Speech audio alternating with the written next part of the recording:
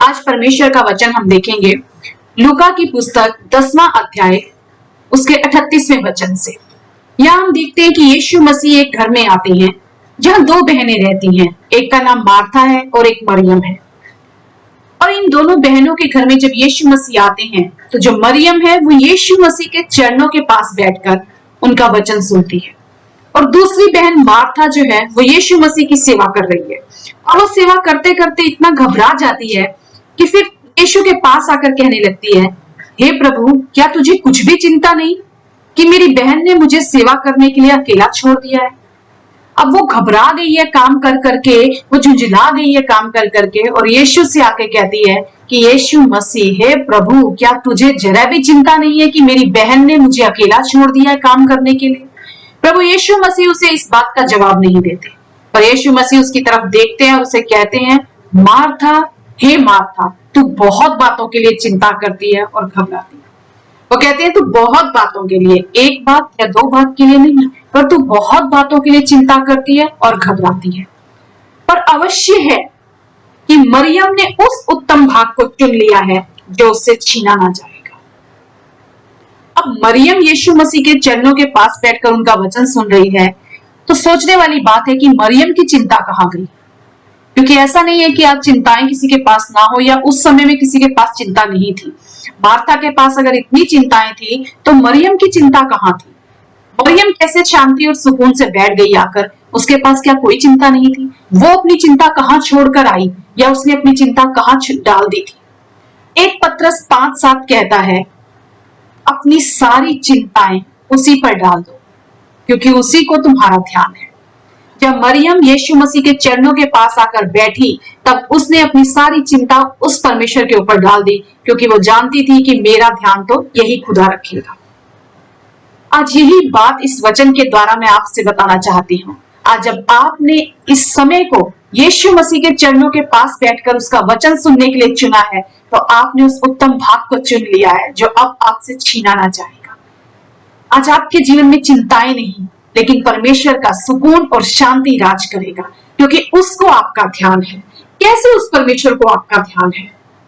कैसे? मार्था भी तो कहती है, खुदा तुझे मेरी कुछ भी चिंता नहीं है, मैं तो अकेली रह गई हूँ, क्या तुझे मेरा कुछ ध्यान नहीं है? मत्ती के 16वें अध्याय के 21वें वचन में हम देखते हैं, वहां यीशु मसीह अपने चेलों से बात कर रहे हैं। वो उन्हें बता रहे हैं कि अवश्य है कि मैं यरूशलेम को जाऊं और याजकों, शास्त्रियों और पुरनियों के हाथों में दुख उठाऊं और मार डाला जाऊं और तीसरे दिन जी उठूं। यहाँ यीशु मसीह अपने चेलों से बता रहे हैं कि मैं दुख उठाऊंगा, मार डाला जाऊंगा और फिर जी उठूंगा। पर पतरस क्या कहता है? पतरस जब ये बात सुनता है तो कहता है, हे प्रभु, हे परमेश्वर, ऐसा ना हो, परमेश्वर ऐसा ना करे। और यीशु मसीह उसे डांटते हैं और कहते हैं, हे शैतान, मेरे सामने से दूर हो जा। क्यों यीशु मसीह ये बात कहते हैं कि शैतान मेरे सामने से दूर हो जा? क्योंकि यीशु मसीह कहते हैं कि मेरा मरना जरूरी है, अवश्य है कि मैं दुख उठाऊं और मार डाला जाऊं और उस क्रूस पर चढ़ाया जाऊं। पर मौत मुझे तुमसे अलग नहीं कर सकती। मैं मारा जाऊंगा पर मेरे मर जाने से मैं खत्म नहीं हो जाऊंगा, मैं तीसरे दिन जी उठूंगा। परमेश्वर ने अपने पुत्र के मुंह से ये शब्द कहलवाए कि तुम मत घबराना, मैं मरूंगा, मुझे मार डाला जाएगा, पर मैं तीसरे दिन फिर जी उठूंगा, क्योंकि मुझे तुम्हारा ध्यान है।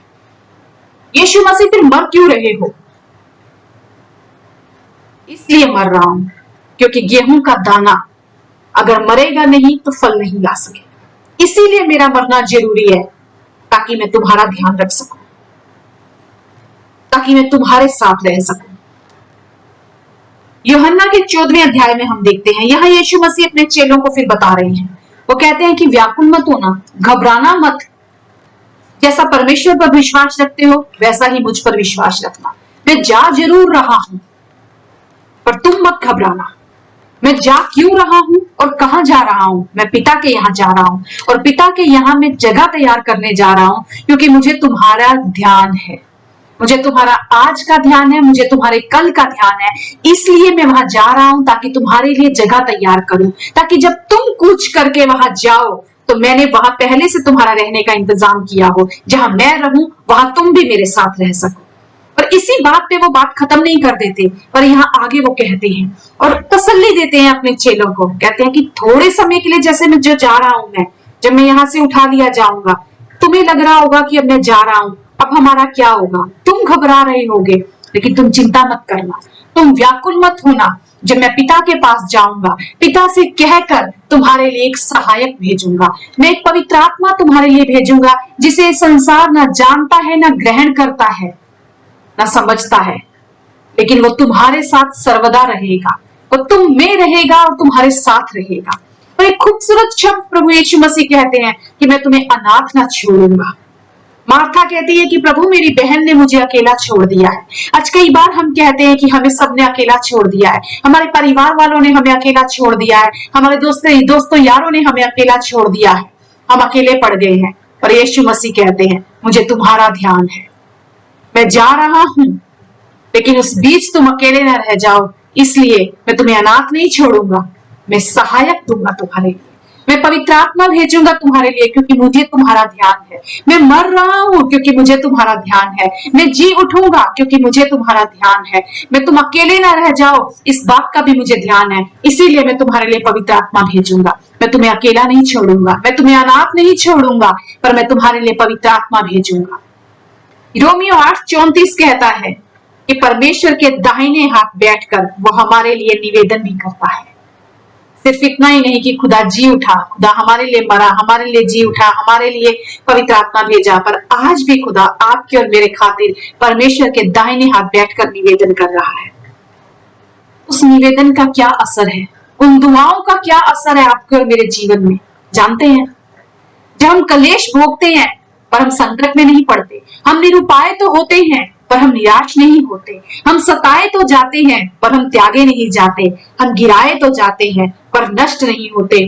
क्यों? क्योंकि आपका और मेरा खुदा हमारा ध्यान रखता है, क्योंकि आपका और मेरा खुदा ये देखता है कि हम जब कलेश में पड़े हैं पर संकट में ना कहीं पड़ जाएं, इसलिए वो हमारे लिए दुआ करता है। हम निरुपाय तो हो जाते हैं पर हमारा खुदा हमारा ध्यान रखता है कि कहीं हम निराश ना हो जाएं। हम सताए तो जाते हैं इस संसार के द्वारा, पर मेरा और आपका खुदा ये ध्यान रखता है कहीं हम त्यागे ना जाएं। हम गिराए तो जाते हैं कई बार, लेकिन आपका और मेरा खुदा इस बात का ध्यान रखता है कहीं हम नष्ट ना हो जाएं। वो आपका और मेरा ध्यान रखता है। वो सिर्फ इसीलिए इस धरती पर आया क्योंकि उसे आपका और मेरा ध्यान है। वो सिर्फ इसीलिए उस क्रूस पर गया क्योंकि उसे आपका और मेरा ध्यान था। हम कहाँ रहेंगे इस बात का उसे ध्यान है, हम कहीं अकेले ना रह जाएं इस बात का उसे ध्यान है, हम कहीं त्यागे ना जाएं इस बात का मेरा खुदा ध्यान रखता है। हम निराश ना हो जाएं, हम हताश ना हो जाएं, कहीं हम संकट में ना पड़ जाएं, कहीं हम नष्ट ना हो जाएं। मेरे खुदा को हर बात का ध्यान है, आपके खुदा को हर बात का ध्यान है। मरियम जान गई थी इस रहस्य को कि जब मैं यीशु के चरणों के पास बैठी हूँ, मैं सुकून पा रही हूँ, यहाँ मैं शांति पा रही हूँ, यहाँ मैं विश्राम पा रही हूँ, यहाँ मुझे आज कोई डरने की या घबराने की जरूरत नहीं, क्योंकि मैंने हियाव पाया है। मैंने उस उत्तम भाग को चुन लिया है जो अब मुझसे छीना ना जाएगा। यही तो हमारे जीवन की चिंता होती है, कल हमारा क्या होगा, आज हमारा क्या होगा, कहीं हमारे बच्चे ना गिर जाए, कहीं हमें कुछ हो ना जाए। किसी के घर एक्सीडेंट हुआ, हम खूब डर जाते हैं, कहीं हमारे घर ना कुछ हो जाए, कहीं मौत सुनते हैं हम डर जाते हैं, कहीं बीमारी देखते हैं हम घबरा जाते हैं। क्यों? मेरे और खुद आपके खुदा को हमारा ध्यान है। मरियम सुकून के साथ बैठी थी, मरियम शांति के साथ बैठी थी, मरियम हियाव के साथ बैठी थी। बहुत सालों पहले मैं भी मार्था की तरह थी। अपने जीवन में हर समय मुझे एक ही चिंता सताती थी, हमारा क्या होगा, हमारा क्या होगा। इस शहर में हम अकेले हैं, हमारा कोई अपना नहीं है। पर धीरे धीरे जब परमेश्वर के चरणों में बैठना शुरू किया, जब परमेश्वर के उन वचनों को सुनना शुरू किया, तो उस उत्तम भाग को चुन लिया जो हमसे कभी छीना नहीं जाएगा। आज गर्व के साथ मैं कहती हूँ कि आज मेरे पास शांति है, सुकून है, आनंद है, हियाव है, पर जो अब कोई मुझसे छीन नहीं सकता। ये संसार मुझसे छीन नहीं सकता, ये लोग मुझसे छीन नहीं सकते, चाहे आज कैसी भी परिस्थितियां क्यों ना आ जाएं। पर मैं एक बात जानती हूँ, मेरा यीशु मेरे लिए मरा है, मेरा यीशु मेरे लिए जी उठा, मेरे यीशु ने मुझे कभी अकेला नहीं छोड़ा और ना वो कभी आगे छोड़ेगा। वो आज भी मेरे लिए दुआएं कर रहा है। कलेश आते हैं पर मैं घबराती नहीं, निरुपाय हो जाते हैं पर निराश नहीं होते, हताश होते हैं कई बार, लेकिन खुदा हर बार उठाता है। गिरने के कगार पे आते हैं कई बार, लेकिन खुदा थाम लेता है, ढाल बनकर वो हमको बचाता है, क्योंकि उसे मेरा और आपका ध्यान है। उसे मेरा और आपका ध्यान है। उस क्रूस पे जब वो चढ़ रहे थे, सूली उन्हें चढ़ाया जा रहा था, यीशु मसीह को ध्यान था अपनी माँ का, यीशु मसीह को ध्यान था अपने चेले का, यहाँ तक कि साथ लटक रहे उस सूली पर यीशु मसीह को ध्यान था उस चोर का भी। यीशु ने माँ की तरफ देखा, उसे कहा, माँ देख ये तेरा बेटा है, और चेले की तरफ देखकर कहा, देख ये तेरी माँ है। उसे उन दोनों का ध्यान था उस क्रूस के ऊपर भी। उसे उस क्रूस के ऊपर उस सूली पर लटके चोर का भी ध्यान था, जिसे लोगों ने फांसी पर सूली पर चढ़ाया था। लेकिन जब उसने पश्चाताप किया, जब उसने यीशु को स्वीकार किया, यीशु कहते, मुझे तेरा ध्यान है।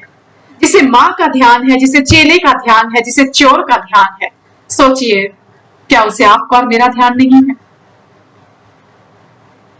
आज आपने और मैंने इस उत्तम भाग को चुन लिया है। आज हमने यीशु की शांति को पा लिया है। आज हमने यीशु की खुशी, यीशु की आनंद, सुकून को अपने जीवन में पाया है। जब हम उसके चरणों में बैठते हैं, जब हम यीशु मसीह की बातों को सुनते हैं, जब हम यीशु मसीह के वचनों को सुनते हैं, हम जान पाते हैं कि क्यों खुदा इस धरती पर आया, क्यों खुदा ने उस क्रूस को उठाया, क्यों वो जी उठा, क्यों वो आज भी दुआएं कर रहा है, क्योंकि उसे सिर्फ आपका और मेरा ध्यान है। सिर्फ आपका और मेरा ध्यान है। क्या कोई ऐसा खुदा आपको मिलेगा जिसे हर पल आपका और मेरा ध्यान है, जिसने उदाहरण दे देकर बताया कि मुझे तुम्हारा कितना ध्यान है, मैं मरा हूं क्योंकि मुझे तुम्हारा ध्यान है, मैं जी उठा हूं क्योंकि मुझे तुम्हारा ध्यान है, तुम अकेले ना रह जाओ, मैं इस बात का ध्यान रखना चाहता हूं, तुम कहीं गिर ना जाओ, इसलिए मैं तुम्हारे लिए दुआएं करता हूं। आज आपने उस उत्तम भाग को चुन लिया है, अब जो आपसे कभी छीना ना जाएगा। यीशु मसीह को आपका और मेरा ध्यान है। विश्वास करती हूँ इन वचनों के द्वारा आपने यीशु के उस उत्तम भाग को पाया अपने जीवन में, जो कोई आपसे छीन नहीं सकता।